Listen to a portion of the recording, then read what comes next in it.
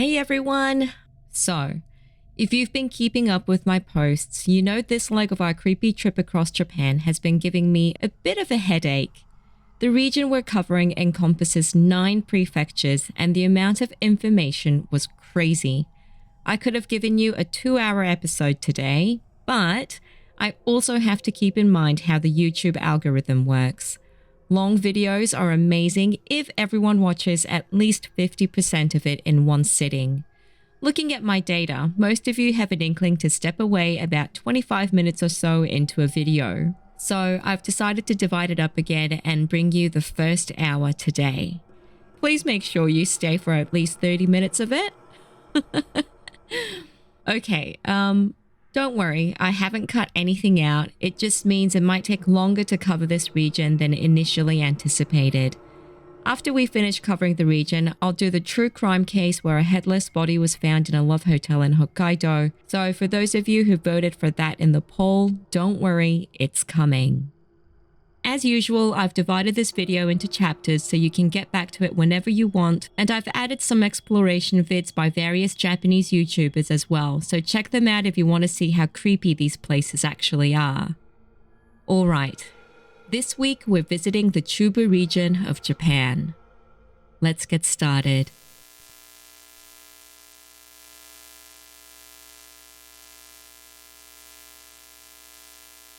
The Chubu region, or central Japan, is a region in the middle of Honshu, Japan's main island.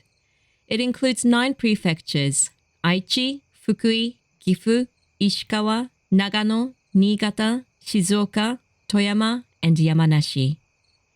It's located directly between the Kanto and Kansai region and includes the major city of Nagoya, as well as the Pacific Ocean and Sea of Japan coastlines, extensive mountain resorts, and Mount Fuji. The region is the widest part of Honshu, and the central part is characterized by high, rugged mountains. The Japanese Alps divide the country into the Pacific side, which is sunny in winter, and the Sea of Japan side, which gets extremely high amounts of snow in winter. Let's explore the 9 prefectures briefly. Number 1. Niigata Prefecture. First off, Niigata. It's located along the coast of the Sea of Japan and is famous for its high-quality rice, beautiful coastal and mountainous sceneries, spectacular firework displays in summer, skiing in winter, and onsen or hot springs year-round. One of the top tourist destinations is Sado Island, which lies off the coast of Niigata Prefecture and is one of Japan's largest islands. Due to its remoteness, the island served as a place for political exile. While it's no longer that, traces of the culture and religion that these forced residents brought with them remain today. One of Sado's biggest attractions is the Earth Celebration, an annual music festival hosted by Sado's own world-renowned Kodo Taiko group. The island is also home to the endangered Japanese ibis, once extinct in the wild but successfully reintroduced to the island. Yuzawa is one of the largest and the most easily accessed ski areas from Tokyo. You can be on the slopes from Tokyo Station in under 2 hours. It's known for its deep powder snow and a long season, with some resorts open from mid-November to late May.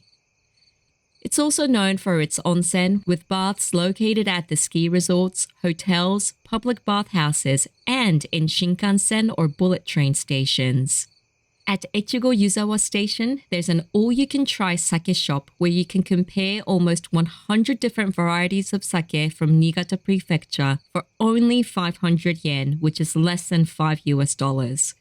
So, if you love sake, this might be a good place to visit. Number 2. Ishikawa Prefecture. Ishikawa is located along the Sea of Japan, and its capital and largest tourist attraction is Kanazawa, best known for Kenrokuen Garden. During the Edo period from 1603 to 1868, Kanazawa served as the seat of the Maeda clan, the second most powerful feudal clan after the Tokugawa in terms of rice production and fief size. Accordingly, Kanazawa grew to become a town of great cultural achievements, rivaling Kyoto and Tokyo. During World War II, Kanazawa was Japan's second largest city after Kyoto to escape destruction by air raids. Consequently, parts of the old castle town, such as the Nagamachi Samurai District and Chaya Entertainment Districts, have survived in pretty good condition. Kanazawa's unchallenged main attraction is Kenrokuen, one of Japan's 3 best landscape gardens and by many considered the most beautiful of them all. The spacious grounds used to be the outer garden of Kanazawa Castle and were constructed by the ruling Maeda family over a period of nearly 2 centuries. Open to the public in 1871, it features a variety of flowering trees which provide the garden with a different look every season. The Noto Peninsula is the prefecture's most prominent geographical feature. It makes up the northern half of Ishikawa Prefecture, extending about 100 kilometers or 62 miles into the Sea of Japan. The peninsula is known for its coastal scenery as well as for its rural atmosphere. Much of the coastline of the Noto Peninsula has been given quasi-national park status. Wajima's morning market in Noto is the city's most famous attraction, believed to date back over 1,000 years. Daily between 8 in the morning and 12 noon, the pleasant pedestrian street in the city center is lined with vendors selling various goods, including fresh seafood and produce. Elderly women who bring in their goods from local farms contribute a lot to the market's character. Sojuji Temple, also located on the peninsula, was once one of the most important temples of Zen Buddhism in all of Japan until its fortunes declined. It was founded in 1321 and received imperial support from the Emperor Go-Daigo. It was one of the 2 head temples of the Soto sect, one of the 2 main sects of Zen Buddhism, and at one point oversaw more than 16,000 temples across the country. In 1898, Sojuji suffered a great fire and its functions as head temple were transferred to the Sojuji Temple in Yokohama. Some buildings did survive though, and many of those that were destroyed were rebuilt. It's definitely worth a visit. Number 3. Toyama Prefecture. Toyama is also along the Sea of Japan coast and includes part of the spectacular northern Japan Alps, which can be experienced along the Tateyama-Kurobe Alpine route. This route is a unique and spectacular route through the northern Japan Alps, which is traversed by various means of transportation, including cable cars, electric buses, and a ropeway. Completed in 1971, the route connects Toyama City in Toyama Prefecture with Omachi Town in Nagano Prefecture. The main attraction is, of course, the magnificent scenery of the Tateyama mountain range. In spring, accumulated snow, especially around the upper sections of Midagahara wetlands and Murodo, the highest point along the alpine route, form a majestic snow corridor whose snow walls reach up to 20 meters or 65 feet high. Summer and autumn attract visitors with its beautiful landscapes, alpine flowers, and autumn leaves. The Shirakawa-go and neighboring Gokayama regions line the Shogawa River Valley in the remote mountains that span from Gifu to Toyama prefectures. Declared a UNESCO World Heritage Site in 1995, they are famous for their traditional gassho-zukuri farmhouses, some of which are more than 250 years old.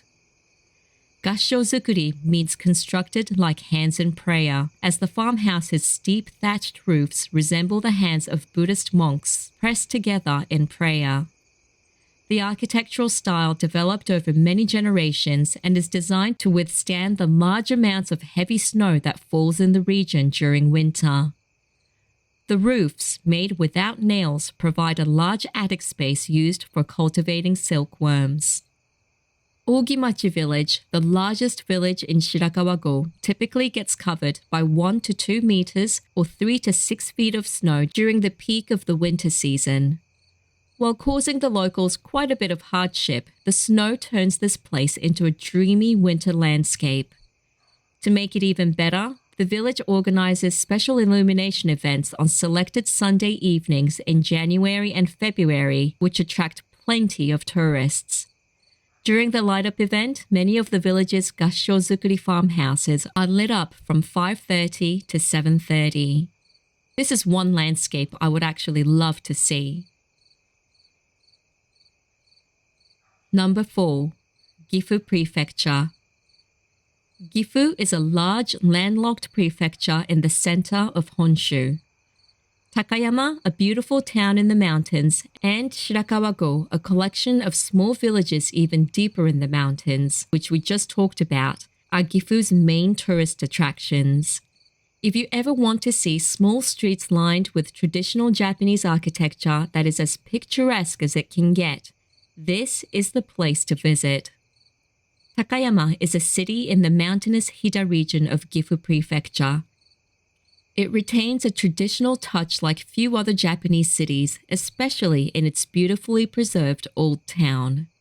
It ranks as a prime candidate among travelers wishing to add a rural element into their itineraries. Takayama gained importance as a source of high-quality timber and highly skilled carpenters during the feudal ages. For these important resources, the city was put under direct control of the shogun and enjoyed quite a bit of prosperity considering its remote mountain location.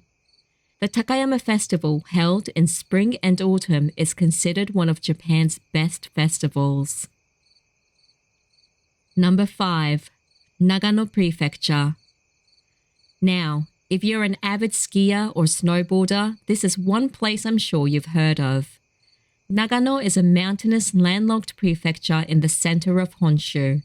It was the site of the Olympic Winter Games in 1998.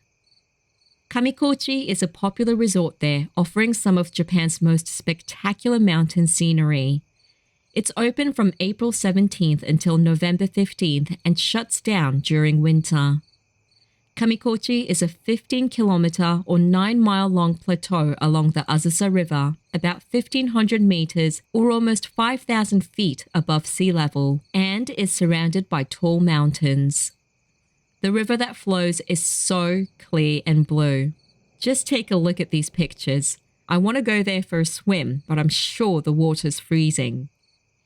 Anyway, private cars are banned in Kamikochi and access is possible only by bus or taxi. Yamanouchi is a municipality in northern Nagano Prefecture with a variety of tourist attractions. The area's Jigokudani Monkey Park draws many visitors because of its unique wild monkeys who bathe in the park's natural hot springs. Pretty sure you've seen photos like this of Japan. The largest ski resort in Japan, Shigakogen, is also located within Yamanouchi. It's so big that it would take at least 2 days to cover it all. One single ticket gives skiers and snowboarders access to dozens of runs, some of which hosted events during the 1998 Nagano Winter Olympics. Shigakogen and other parts of Yamanouchi are part of the Joshintetsu Kogen National Park, which offers hiking and other activities when there is no snow. Number 6. Yamanashi Prefecture.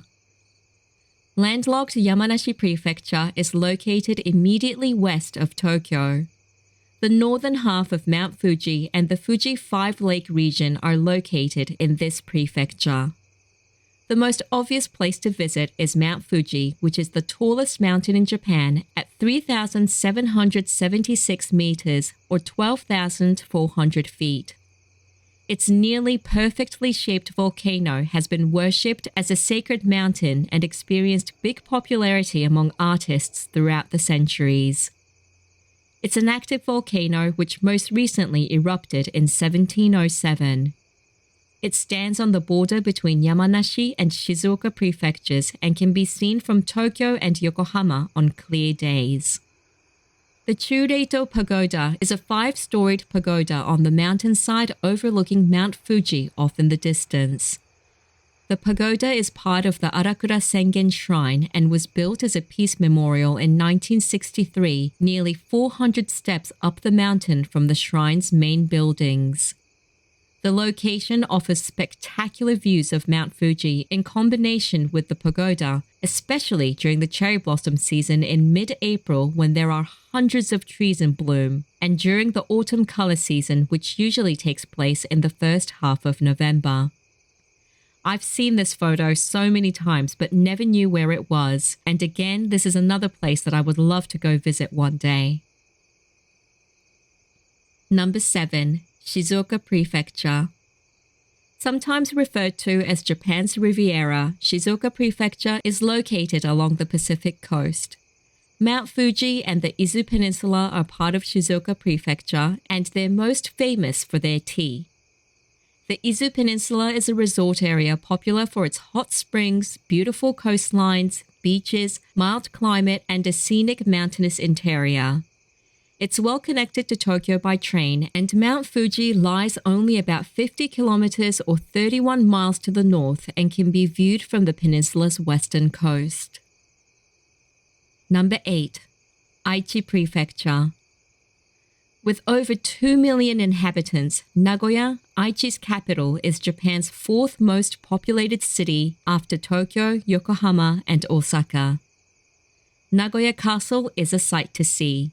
It was built in the beginning of the Edo period, which spanned from 1603 to 1868, as the seat of one of the three branches of the ruling Tokugawa family.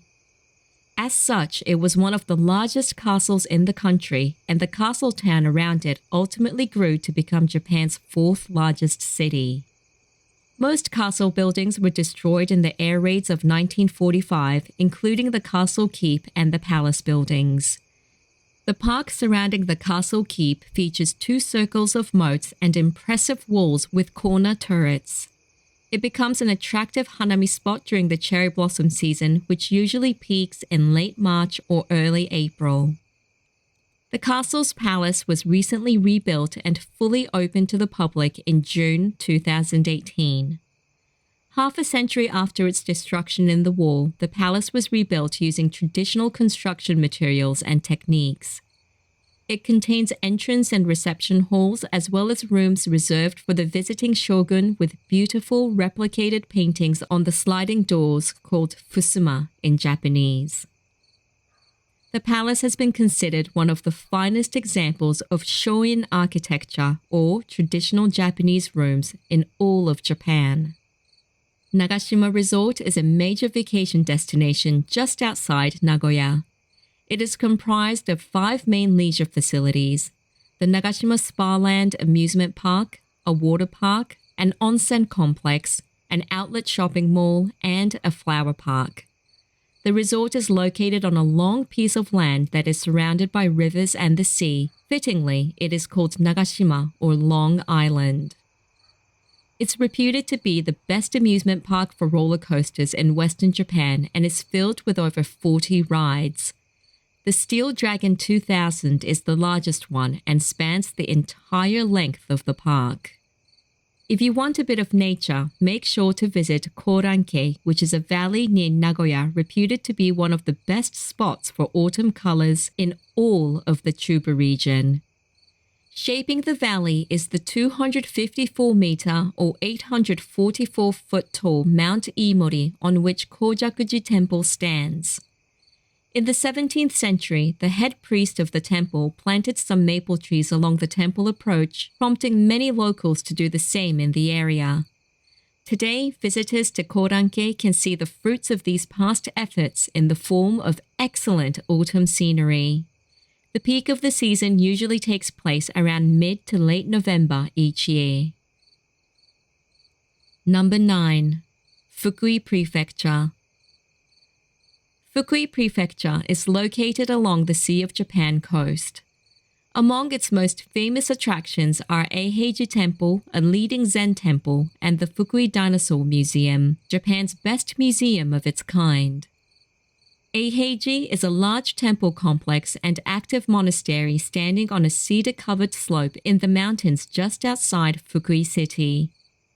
The temple was founded in 1244 by Dogen, the Buddhist scholar who introduced Soto Zen from China to Japan in 1228. Eiheiji is one of 2 head temples of the Soto sect of Zen Buddhism. The temple complex consists of over 70 buildings which are connected to each other by covered walkways that protect from the heavy snow seen in the region from December to March. The warmer months bring lush vegetation to the temple grounds, which are especially beautiful from late October to early November when the autumn colors typically peak. The Fukui Prefectural Dinosaur Museum is a museum dedicated to dinosaur research and education. It's recognized as one of the top dinosaur museums in the world and is the largest of its kind in Japan.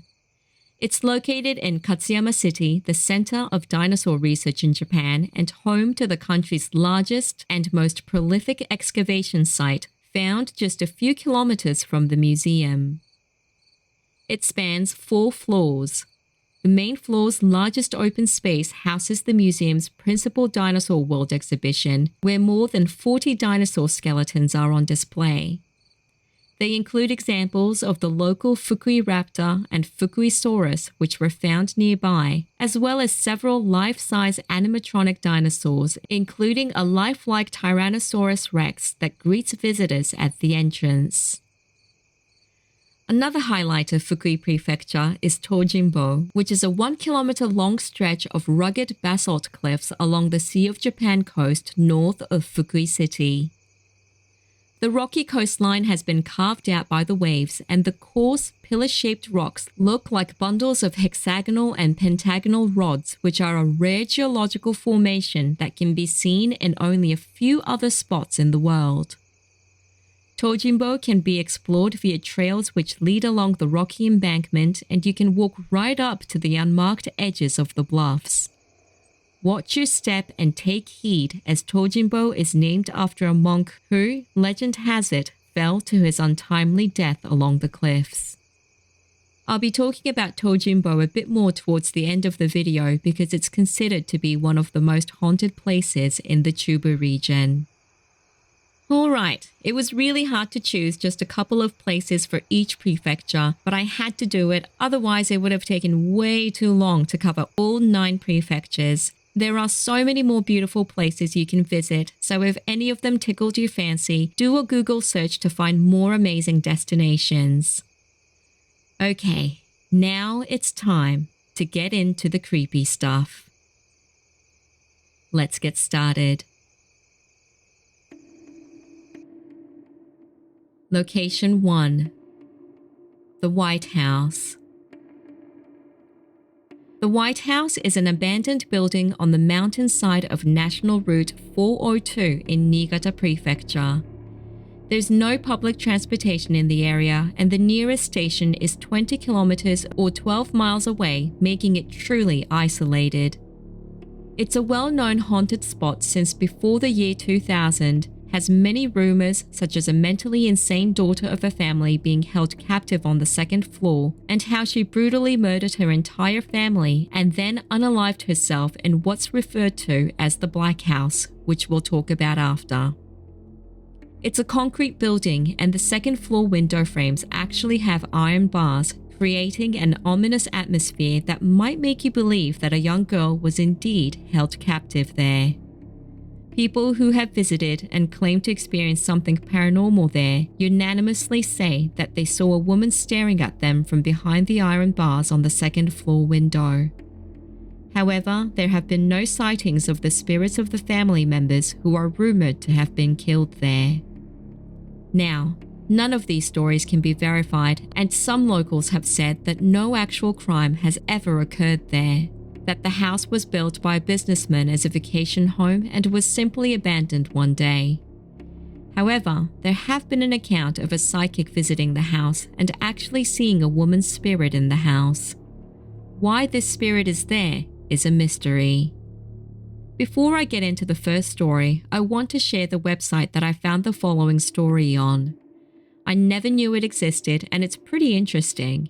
It's called the Gibo Spiritual and Psychic Counseling Office. The name Gibo should ring a bell by now. If you haven't listened to part 1 of this series yet, make sure to check it out. The video is split into chapters so you can skip ahead to where I introduce Aiko Gibo, who was a famous psychic in Japan. So, this business is named after the late Aiko Gibo and apparently has been operating for almost 20 years, making it one of the oldest in the industry. According to their website, their top psychic provides spiritual guidance to celebrities in the political, financial, and entertainment industries, as well as regular individuals, through all kinds of worries such as love and relationships, finance, and work. They use clairvoyance, spiritual vision, and past lives to guide each person through their troubles. They can be called out to meet the individual in person or do readings over the phone. Prices seem to range from 5,500 to 9,900 yen, or about $40 to $70 for a 20-minute read. This is a story shared by one of the psychics who was asked to go to Niigata to see a client. It's as follows.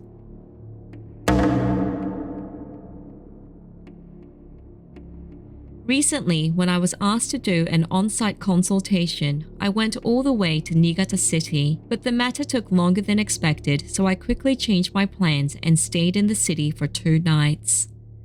Fortunately, the problem was resolved without incident, but I had some extra time, so I decided to check out some nearby haunted spots as a sort of sightseeing trip. I discovered that there are 2 famous haunted spots in Niigata City, both of which are located in the same area, so I immediately called for a taxi and headed to the location. My first stop was an abandoned house in the mountains near Kakutahama in Nishikan Ward, a place known to locals as the White House. When I told the driver where to go, he immediately understood, saying, "Ah, that haunted house," and started driving without the need to look at directions. As we passed through the tunnel just before the Kakuda Misaki Lighthouse at the Echigo Nanaura seaside line, the building in question appeared immediately to the right. I had heard that it was a white Western-style building, and from the outside, although the walls were indeed white, it was just an ordinary reinforced concrete building. Graffiti was spray-painted all over the walls, which is a typical sight with abandoned properties.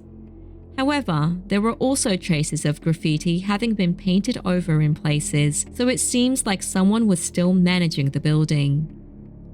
The following story is told as if it were true about these ruins. A former diplomat and his family moved here from Tokyo for their daughter's medical treatment. She had severe multiple personality disorder, and her condition continued to worsen after the move, forcing her father to isolate her in a room on the 2nd floor. To prevent her from escaping, the family had iron bars put up around the windows, and one day the daughter brutally murdered the entire family using a hunting rifle that her father owned. She then went missing but committed suicide somewhere, and even now, her spirit appears in the house late at night and curses those who visit. Looking up, I noticed that all the window frames on the 2nd floor had rusty iron bars fitted in them. However, no matter how you look at it, they were clearly there for security reasons and certainly didn't look like they were placed there to keep someone imprisoned. The taxi driver also explained that the rumor was completely fabricated and baseless. Apparently, the house had been built by a company owner as a vacation home but was left abandoned. And this piece of information was published in an article in the local newspaper. However, as the driver said lightheartedly that there were no ghosts in this place, I sensed the spirit of a woman looking over his shoulder. Her eyes glared down from behind the window bars, and they were full of resentment. The gory rumors are definitely false, but it's a fact that there are several floating spirits here. Although they don't have the power to possess you, some people may be at risk of experiencing mild spiritual disturbances, so caution is advised.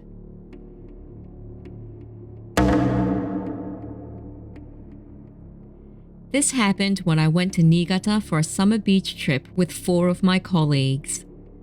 We stayed in the Teradomari area and became friends with a group of local female college students at the beach during the day. After having fun with some handheld fireworks at night, we asked them if there were any haunted spots around. That's when they told us about the White House, so we decided to go check it out. It was an ordinary white 2-story house, and there was a barricade around it to prevent anyone from going inside, so we couldn't go in. But as we were shining our flashlights into the house to see what was inside, one of my friends said they saw something in the second floor window. I thought he was just trying to scare us, but then another 2 of them said they saw something too. Skeptical, I looked up, and they were right. There was what looked like a white mass with a humanoid shape in the window. Some of the girls started crying, so we decided to leave and hurried back to the car, but the engine didn't start. We started to all freak out, and finally, after a fair few tries, the engine turned on and we peeled out of there as quickly and as safely as we could. Once we all got back to the hotel, we wasted no time getting some booze into us to lighten the mood, but we couldn't quite forget what we witnessed, and the fear wouldn't dissipate. Needless to say, we all regretted going there as it ended up ruining our night.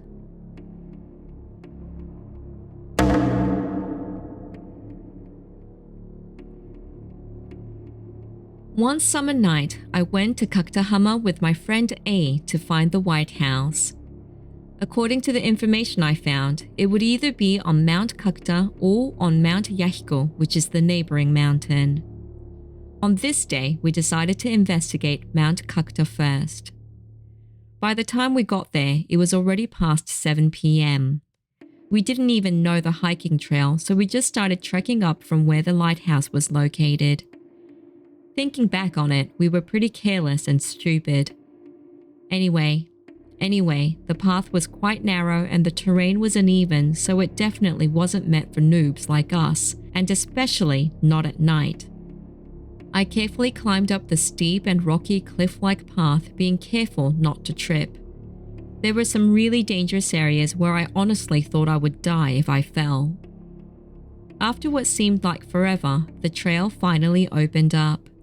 We seemed to have cleared the most difficult section. A few minutes into the second leg of the hike, we suddenly heard rustling noises coming from behind. We paused for a while, wondering what it could be, but we figured it was probably some animal and continued walking. And again, a couple minutes later, we heard rustling noises and some tree branches crackling. Was it an animal? Or was someone behind us? We stopped again and turned our flashlight towards the sound, but no one was there.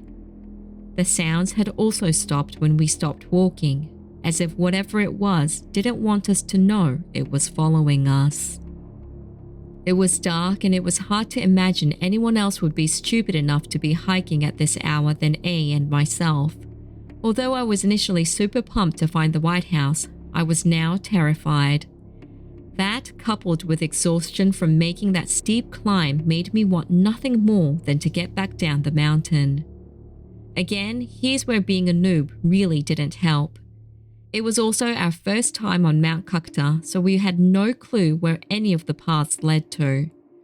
All we could do was follow the signs of path trails we'd semi-heard of before or think we remembered seeing somewhere. And trust me, we were both highly regretting deciding to make this trip in the dark. It had already been hours since we started walking, but we continued doing so in the pitch dark with our flashlights, and a while later came upon a kind of shack with a red roof. For a split second, I wondered if it was the White House, but it didn't look that old, so we figured it was some other building and continued down the mountain. A few minutes later, we reached another clearing where we saw a big sign warning hikers of monkeys. And then it clicked. Those sounds we heard earlier must have been monkeys. A and I let out a big sigh of relief. Thank God it wasn't a person or a spirit following us, I thought. We both sort of relaxed and trudged forward because we still wanted to get off the mountain. Another few minutes of walking and the trail finally started to slope downwards. Finally. My legs were so tired from walking for hours and it felt like my legs weren't my own anymore. We reached the riverbank and a Jizo statue was enshrined nearby for some reason. It was a really eerie sight.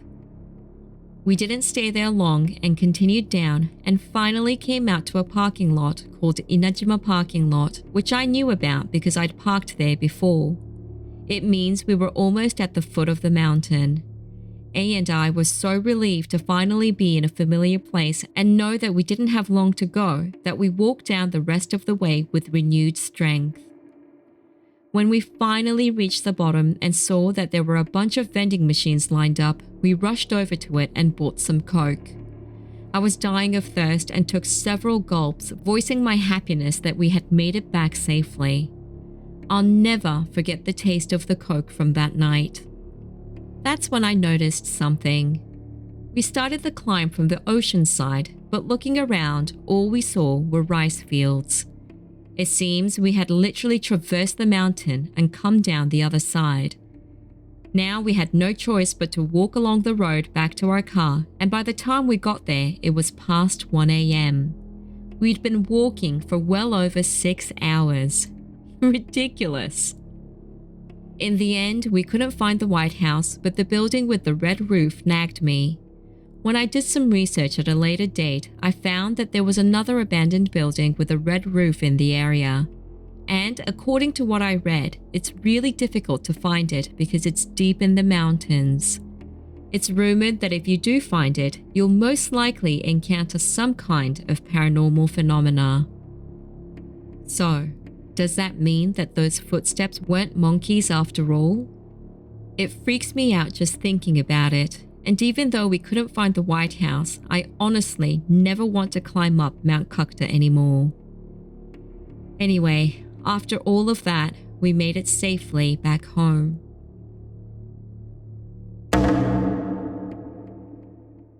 This is completely my own fault. When I was a second-year high school student, I was pretty cocky and often went to explore haunted places. Come to think of it, the dorm I lived in at the time was also haunted, and I would walk around in the middle of the night with a digital camera. As an aside, the ghosts rumored to appear in the dorm I lived in were a nurse and a baby crawling at high speed. Apparently, the dorm used to be an obstetrics and gynecology clinic. There was one well-known haunted spot near the dorm called the White House. As the name suggests, it was a white house and it had been abandoned for a long time, with ivy and other things entwined around it, and of course the windows were all broken. The rumor surrounding this house was something like a mentally ill girl lived there and killed her family. The contractors who were trying to demolish the house after it was abandoned either got injured or killed, so it was left as it is. And people who visit it also either get injured or killed. Well, it sounds like all the other stories you hear about haunted houses across Japan. So, my friend and I decided to go see it.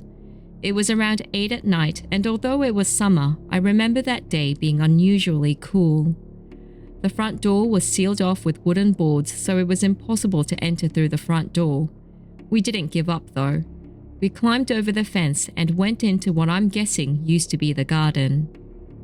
The large window was broken, and I clearly remember the dirty white lace curtains fluttering in the wind. The inside was in surprisingly good condition. The first floor had a kitchen, bathroom, and living room. My friend told me the bathroom looked really creepy, so I went to explore, hoping to see something, but it was just a very old-fashioned bathroom, and there was nothing special about it. What I found more intriguing was the kitchen. There was a small dining table in there, and the plates and bowls were still sitting on it. It was as if whoever lived there had just up and left without bothering to put anything away or take anything with them. We climbed up the steep stairs to the second floor, and the first thing we saw was a shelf in the hallway with 3 Japanese dolls lined up inside. We peered into their faces and both agreed that they looked creepy as hell and proceeded to go into the first bedroom. It must have been a child's room because there were picture books strewn across the floor. Using my feet to kick them aside, I explored the rest of the room. We looked at the other 2 rooms, but it wasn't anything interesting, so we left the White House and went back to the dorm.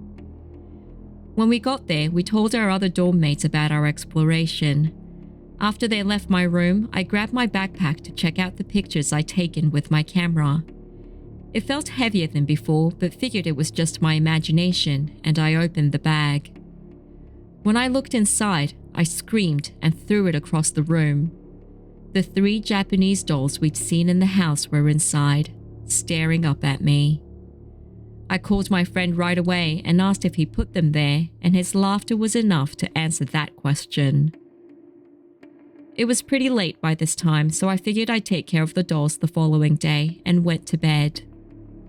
When I woke up the next morning, I felt extremely tired, sick, and nauseous. I wanted to skip school but forced myself to leave the dorm. Once I stepped foot outside, I surprisingly felt a lot better. In class, everyone was already talking about our visit to the White House, and I was bombarded with questions. When I told them I wasn't feeling well, some of them laughed and said I'd been cursed. I slept through most of my classes, and by the time school was out, I was feeling much better. When I got back to my dorm, I took my shoes off and collapsed into bed because the moment I entered my room, my body felt so heavy, I became dizzy and extremely nauseous and got a headache to top it all off. I called one of my friends and asked him to bring a thermometer. My temperature was 39.9 degrees or almost 104 degrees Fahrenheit. I called home and asked them to come get me.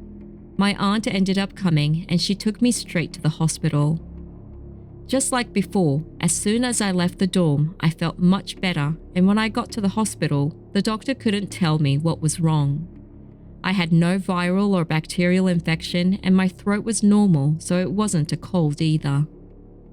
Anyway, he prescribed me some medicine and I went back to my parents' house to rest. When we arrived, my grandfather was waiting outside for me.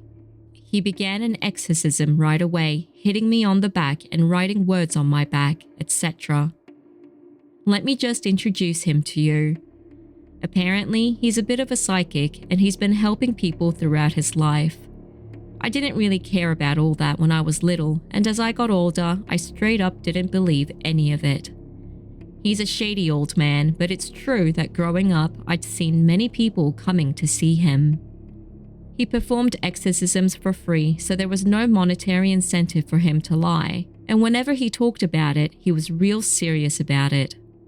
By the time I was in middle school, I just thought he had mental issues. My dad died when I was in 5th grade due to an illness. Nothing crazy, but apparently my grandfather predicted when he would die down to his age. When he was still alive, my grandfather would often say to him, "If you continue this lifestyle, you'll die at 38. You need to pray to God every day." My dad was like me. He didn't believe a word of it, and lo and behold, he passed away at the age of 38. Just like my grandfather knew with my dad, he apparently gets messages from God about other people and when they'll die. So, back to the present day. My grandfather told me that I had brought along many child spirits as well as a soldier from Kyushu. That caught me off guard. I had traveled to Kyushu for the school's baseball tournament a month prior and none of my family knew about that. He continued to mumble, "But it's not the soldier. There's something else with you. I think that's the one causing problems." And he walked back into the house. That night, I was so tired and it took no time for me to pass out. The next day, I asked my grandfather about it and he replied that rather than an exorcism, he just got the spirit to go back to where they came from. And that was that. I erred on the side of caution and took an extra 4 days off school, and on my first day back, my classmates rushed over to me. They'd assumed I got sick because I got possessed, which isn't a wrong assumption, but they'd also decided that I was dead. Rumors can truly be scary. Anyway, it was a pretty cool time because girls that had never even looked my way before were talking to me all of a sudden.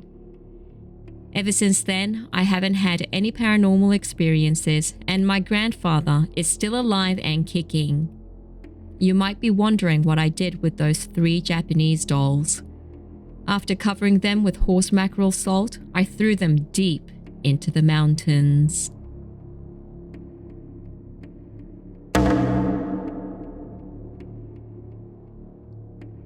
Location 2.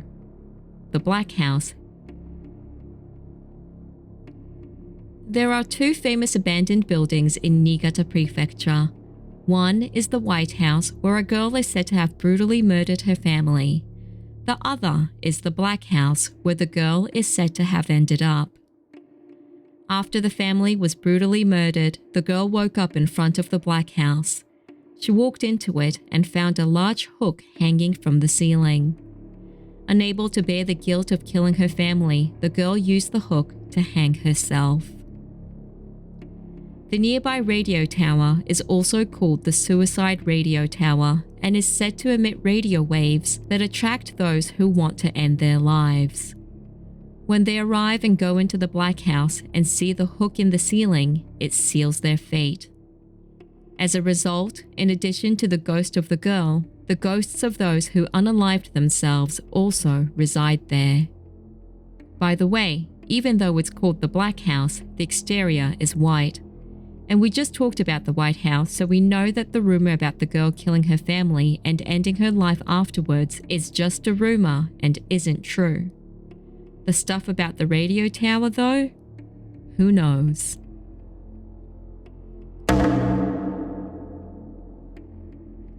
This is a story from a few years ago when I went to the Black House with my friends A and E. E was the only one who had his license, so we asked him to drive. The Black House is an abandoned building that was once rumored to be the real White House, but it's called the Black House to distinguish it from the White House. It's sometimes also called the Suicide Radio Tower. I heard that a hook was installed in the ceiling of a room on the 2nd floor of this building, and a woman apparently used it to cut her life short a few years ago. Since then, there have been sightings of the woman in the Black House. Intrigued by this story, I really wanted to go check it out. The problem were the directions. There wasn't a clear address, and the only information we could use was that it was on top of a mountain near a shrine on Mount Yahiko. So we drove up the mountain first and headed in the general direction of the shrine. E drove slowly as we looked out the window looking for any signs of the shrine or a building. And that's when we saw what looked like a cell phone tower ahead of us with a small house at the base of it surrounded by trees. E shouted that that must be it. We headed towards it and arrived a few minutes later. We discovered that we weren't the only ones there, as there was another empty car parked nearby. We parked as close as we could to the Black House, but had to walk up the rest of the way. The weeds were so tall we could barely see it from where we stood, and we wondered how we were going to walk through all the overgrown bushes and grass to get there. We walked around a little, trying to find the best way in, and eventually found a slight path that looked like someone had just walked through it. We decided to trace it, but E must have gotten scared because he backed out of it all of a sudden and told us he'll wait for us in the car. The footing was worse than we thought. It was slippery, and there were several places where there were deep holes. Once we cleared that area, we saw a cliff looming before us. How were we supposed to get up there without any gear? That's when A saw a yellow rope hanging down, and we both agreed that we either needed to use that rope or give up. We'd come this far, so we had to get up there. Hoping the rope wouldn't fail us, I grabbed it and was the first to make it over the cliff. I slipped several times, but the rope held up and we both finally made it to the Black House. The view was magnificent from up there. We stood staring out for a minute or so and turned to look at the house. It was much bigger than we thought. The windows were all broken and gone, and vines covered the walls. I led the way and walked through the entrance. There were stairs leading up with a toilet next to it. Further to the left was a large room. I went into that room first. I don't know what it was originally used for, but there was a sink in the corner and nothing else. No furniture had been left behind. Next, I went to the bathroom next door, which had 2 urinals and 2 old Japanese pit-style toilets. Judging from that, the black house must have been built some time ago. I took a few random photos, then went up to the second floor. This is a photo of the bathroom. You can see a mysterious black shadow in the bottom left of this photo. This was a space under the stairs. It must have been used as storage space. This is a picture of some of the graffiti that were on the walls. On the second floor, most of the walls separating the rooms had largely collapsed, and for some reason, there were mysterious drain-like holes all over the floors on the second floor. I then looked for the room that supposedly had a hook drilled into the ceiling. In the back of the biggest room on the second floor was an extremely dark and eerie entrance to another room. Convinced that this had to be it, A and I walked into it. The air definitely felt different here. And there it was, a hook rumored to have been put there specifically for unaliving yourself, and where a woman's body was found a few years ago. We couldn't believe it actually exists. We walked in talking about how freaky this was. As we stood there in silence studying it and looking around the small room, we heard E yelling at us from below. He wanted to leave, and considering we'd seen what we came here to see, we decided to leave the black house. As I was exiting the room though, I took note of a small chair like the ones used in schools in the corner of the room. Outside, A and I looked at the cliff. We didn't want to deal with it, but it was the only way. We grabbed the yellow rope again, safely climbed back down, and another few minutes of struggling down the slippery slope, we made it back to the car. A was exhausted and said softly that he never wanted to come back here again. In the car, we excitedly told E about what we'd seen and that the hook was not just a rumor. And then I wondered out loud why there was a chair there when the entire building had no other furniture. A replied, "Maybe someone used it to unalive themselves." I got goosebumps because what he said was certainly a possibility. For some reason, that thought didn't even cross my mind. Then I thought about the car that was parked there with no one in it. This might just be my wild imagination, but maybe the person in the car had gone to the black house to end his or her life using the hook in that room. The car was still sitting there empty when we left. I mean, the black house is rumored to be there just for that, so it's not that far-fetched to think that way, is it? But honestly, what was that building originally built for, on top of that mountain with nothing else around? Obviously, that hook was placed there for some other reason, but what could that be? All I know is that the air in that room felt very heavy and had a different darkness compared to the rest of the house.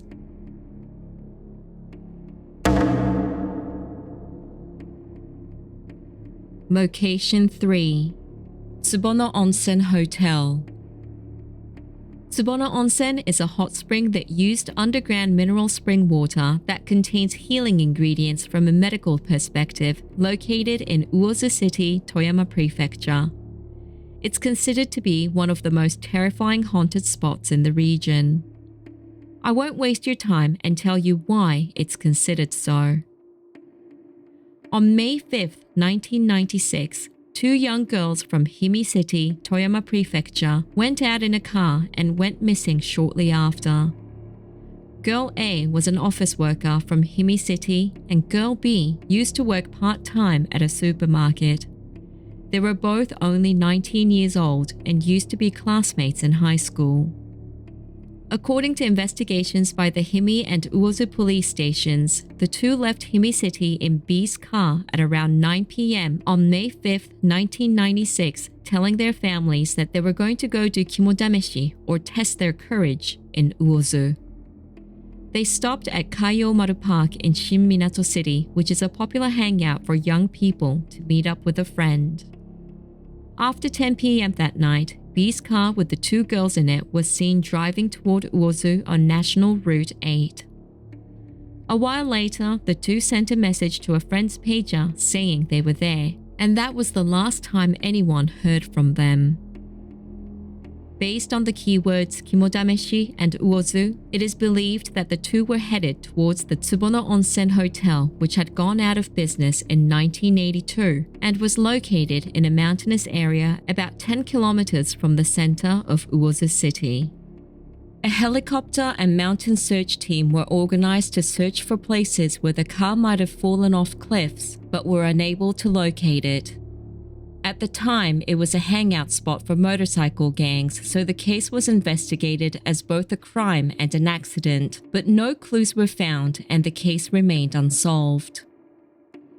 Time passed, and in 2014, the Toyama Prefectural Police received information that someone said they saw a car with two girls falling into the sea at the time the girls disappeared. 5 years later, in 2019, 3 men who witnessed this were identified and were questioned in January 2020. They admitted that when they tried to approach the women who were parked, the car suddenly reversed and fell straight into the sea. They got scared and left the scene without reporting it because they were afraid of being held responsible for the fall. Furthermore, the men reportedly told an acquaintance that before the car fell into the sea, the 2 women were trying to open the door. Considering it was the only lead the police had, they searched the water, and on March 4, 2020, a car was found on the seabed near the North Pier No. 3 wall of Fushiki Toyama Port in Imizu City, 57 kilometers, about 35 miles from the abandoned hotel. Human bones believed to be those of the girls were found inside. The car was pulled out on the 11th and positively identified as belonging to B. Based on DNA testing and other personal belongings, the remains were identified as those of the 2 missing girls. The case was finally solved 24 years after their disappearance, and during this time, various rumors and speculations began to circulate, which may have sparked up all the rumors about Tsubono Onsen being haunted. The hotel itself opened its doors sometime between 1970 and 1973, and in 1980, apparently a boy drowned in the pool. The hotel closed down in 1982, and by the 1990s, the surrounding facilities were demolished. When I checked Google Maps, the satellite image from this year shows that the hotel has been completely demolished, but when I go into Street View, I can actually still see the hotel standing there. It's a bit creepy to see it like this. Other than the disappearance of these girls and the boy's drowning accident, there haven't been any notable incidents or accidents surrounding this hotel. As mentioned earlier, before it was demolished, motorcycle gangs used to gather there, and the locals were getting scared and were worried about the rising crime rates associated with the gangs. Another reason Tsubono Onsen is known as one of the most terrifying haunted spots is that the famous psychic Aiko Gibo refused to enter the abandoned hotel. Again, if you haven't heard of her, please check out part 1 of this series. According to the people who went there for kimodameshi, they've apparently experienced all sorts of strange phenomena. A few years ago, I went to Tsubono Onsen at night for kimodameshi. There were 6 of us in total, all friends from uni. We were excited on our way there, but as soon as we were standing in the dark in front of the building and stepped inside with nothing but our flashlights, none of us were talking anymore. The atmosphere was already otherworldly as we walked in slowly and silently. Rubble and garbage were piled up high all over the place. Then, someone pushed me hard from behind. I was standing right in front of a large step, so I turned around angrily, ready to yell at whichever of my friends thought it would be funny. But no one was behind me. I was at the very back of the group. I screamed when I realized what had just happened, and everyone turned around in a panic, asking what was wrong.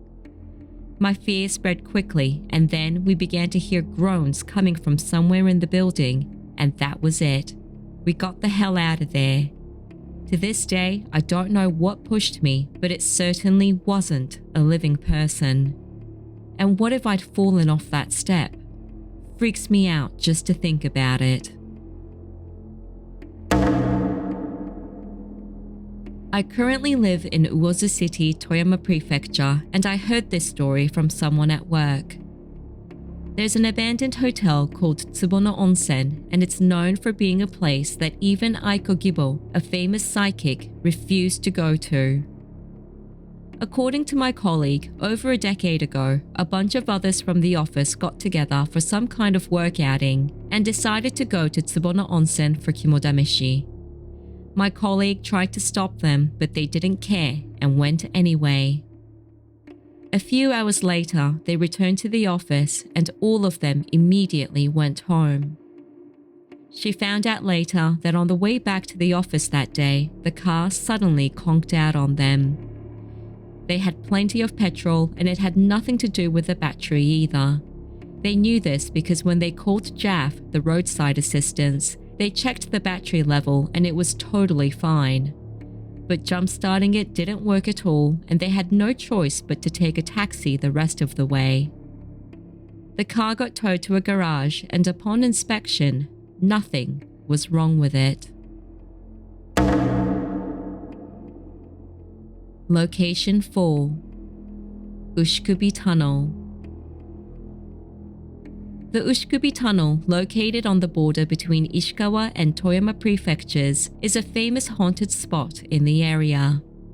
It's located on a mountain road just wide enough for one car to pass through and is quite short. Its real name is Miyajima Tunnel, and since there aren't many lights in the surrounding area, it has a very eerie atmosphere when you visit it at night. I tried to find it on Google Maps so I can show you guys, but I don't get any hits for some reason. So, there are many ghost stories surrounding it, such as a white figure standing in the tunnel when you drive through, hearing the voice of an old woman, or feeling someone sitting in the back seat after driving through the tunnel for a while. And what adds to the eeriness of it all is the Jizo statue that sits in the middle of it. Having a Jizo statue in a dark tunnel is creepy enough, but there are endless scary rumors about this statue, such as its head being broken off and disappearing, or that it cries bloody tears if you look at it in the middle of the night. One of the more interesting theories as to why a Jizo statue was placed in the tunnel in the first place involves the Heike fugitive village. A short distance from Ushikubi Tunnel is a place called Kurikara Pass. This is a site of the Battle of Kurikara Pass where Kiso Yoshinaka defeated the Heike forces during the Genpei War between 1180 and 1185. It was a national civil war that resulted in the downfall of the Taira clan and the establishment of the Kamakura shogunate under the Minamoto no Yorimoto, who appointed himself as shogun in 1192, governing Japan as a military dictator from the eastern city of Kamakura. A shogun is the supreme military commander and de facto ruler of Japan. The title was officially granted by the emperor, but the shoguns held the vast majority of power for centuries. They ruled through a feudal system with smaller landowning lords called daimyo, owing them loyalty and military service. So, it's said that some of the Heike warriors who were defeated in this battle fled through the mountains to a village near the current Ushikubi Tunnel. There, they lived peacefully in the village for a while, and some even married women who were originally from there and started families. However, about 10 years after the battle, when they were under the rule of the Kamakura shogunate and the Minamoto clan, rumors spread throughout the area that Heike refugees were living in Ushikubi village. To see if this was true, the lord who ruled the surrounding area at the time sent a group of samurai to the village. The refugees were discovered by the samurai, and despite their resistance, they were killed. Everyone in the village was also killed for hiding the Heike refugees. It was after this that travelers passing by the area began to talk of seeing the ghosts of the Heike refugees. Upon hearing these rumors, the Lord, fearing that he might be cursed by the ghosts, placed a Jizo statue at the site of the village to appease the spirits of the Heike refugees and villagers. Since then, Jizo statues have been placed at the site to honor the dead, and when the Ushikubi tunnel was constructed, this custom continued and a Jizo statue was placed inside the tunnel. However, the grudges of those who were slain so unjustly may not have completely disappeared. Even now, rumors of people occasionally encountering supernatural phenomena in the tunnel are circulating, which may be evidence that the ghosts of the refugees and villagers are still haunting the area hundreds of years after the massacre. Now, if all the information I just shared is true, you'd expect there to be more stories out there, but I could only find one super short one. So maybe everything is just a rumor. If any of you guys ever want to go visit, let me know what you experience. My friend's younger brother went to the Ushikubi tunnel for fun and took some pictures, but even after erasing them, the images kept coming back. He got so scared that he went to a shrine to get exorcised, and he doesn't remember going there nor coming back.